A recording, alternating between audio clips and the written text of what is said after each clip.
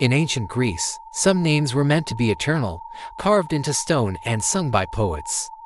But one name was so cursed, so vile, that to speak it was a crime punishable by death. His name was banned from the tongues of men, erased from every public record, and condemned to eternal silence. Yet, despite every effort to bury him in oblivion, history remembered him anyway. This is the story of Herostratus, the man who burned a wonder of the world just to be remembered, and how his forbidden name survived through the very fear meant to destroy it. Our story begins not with fire, but with faith, in the grand temple of Amun, here. Amidst the chanting priests and swirling incense, one man stood apart, Herostratus. He was a priest, but there was a chilling stillness about him, an unsettling coldness in his eyes that seemed to mock the sacred rituals he performed, while others found divinity in the light. Herostratus was drawn to the shadows, to the whispers that coiled in the darkest corners of the temple. He wasn't just serving a god. He was becoming obsessed with one. This obsession led him deep beneath the temple, into a hidden sanctum where sunlight never reached. Here, kneeling before a bronze idol of Amun, Herostratus prayed not for blessings, but for power, for a sign. The air grew heavy, the silence broken only by hissing whispers that seemed to come from the stone itself. The name Amun echoed around him, not as a prayer, but as a command. In this suffocating darkness, a terrifying purpose began to take root. He believed the god was speaking to him, demanding a tribute not of grain or gold, but of blood. He would become the god's instrument, his butcher. His first act of devotion was not a quiet prayer, but a brutal sacrifice. In a hidden ritual chamber, he performed a rite of his own creation. This wasn't an act of frenzied violence, it was one of horrifying precision.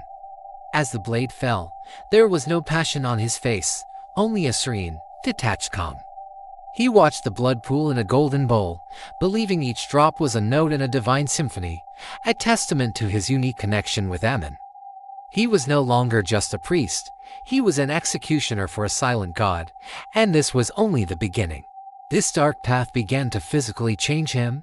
In the privacy of his chambers, surrounded by arcane scrolls and forbidden relics, Herostratus would perform his own profane rituals.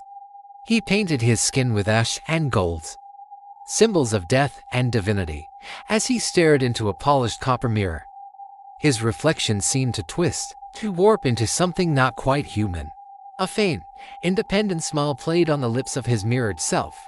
The man was fading, and in his place, a monster wearing his face was being born. The whispers that once haunted him fell silent, replaced by a profound, chilling emptiness. His transformation was now complete. He had a final, terrible offering to make.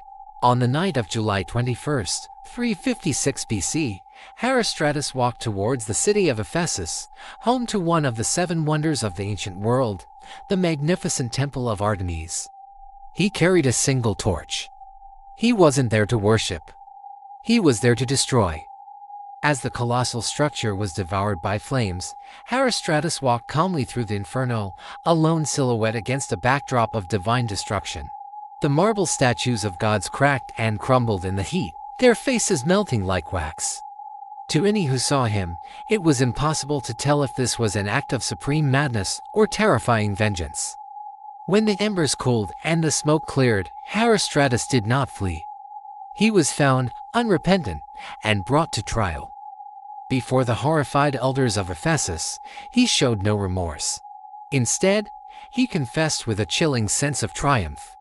His motive was not greed, or politics, or revenge. It was something far more disturbing, a hunger for immortality. As he knelt before them, he uttered the words that would seal his fate and, ironically, his legacy. I did this for one reason, and one reason only.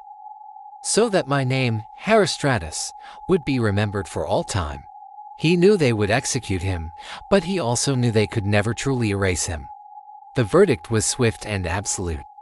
Not just death, but damnatio memoria the damnation of memory. His name was to be struck from all records. Every inscription bearing his name was to be chiseled away. Every scroll mentioning him was to be burned. Anyone who dared to speak the name Herostratus aloud would be put to death. The Ephesians sought to create a void, a historical black hole where his identity should be. They extinguished the man, and they tried to extinguish his name, believing that in silence he would finally be forgotten. But they failed. Centuries passed. The great temples of Greece crumbled into ruins, empires rose and fell. One night, under a silver moon, a team of archaeologists was excavating the dust-choked remains of an ancient site. They uncovered strange relics. But then, one of them found something unique: a mask, half of gleaming gold, half of bleached bone, a symbol of divinity and death. As they brushed the dirt away, one of the researchers whispered, "This is his mark." In the deep shadows of the mask's eye sockets, a faint, impossible light seemed to glow for just a moment before vanishing, as if history itself was stirring from a long slumber. Today, the ruins are silent. The wind whispers through the broken columns where priests once chanted. But the curse of silence had an unintended effect. By forbidding his name, the ancients made it infamous. By trying to erase him, they made his story irresistible to the historians who would later defy the ban to record it. True immortality isn't always earned through great deeds. Sometimes, it's seized through a single, terrible act of defiance. And even now, in the deepest darkness, when all other sounds have faded away, a single name still echoes through history. A testament to the man who burned a god's house just to make the world remember it. Herostratus. Thank you so much for joining me on this journey into one of history's darkest stories. If you enjoy exploring the forgotten corners of the past, please consider liking this video and subscribing to the channel. It helps more than you know. We'll see you in the next one.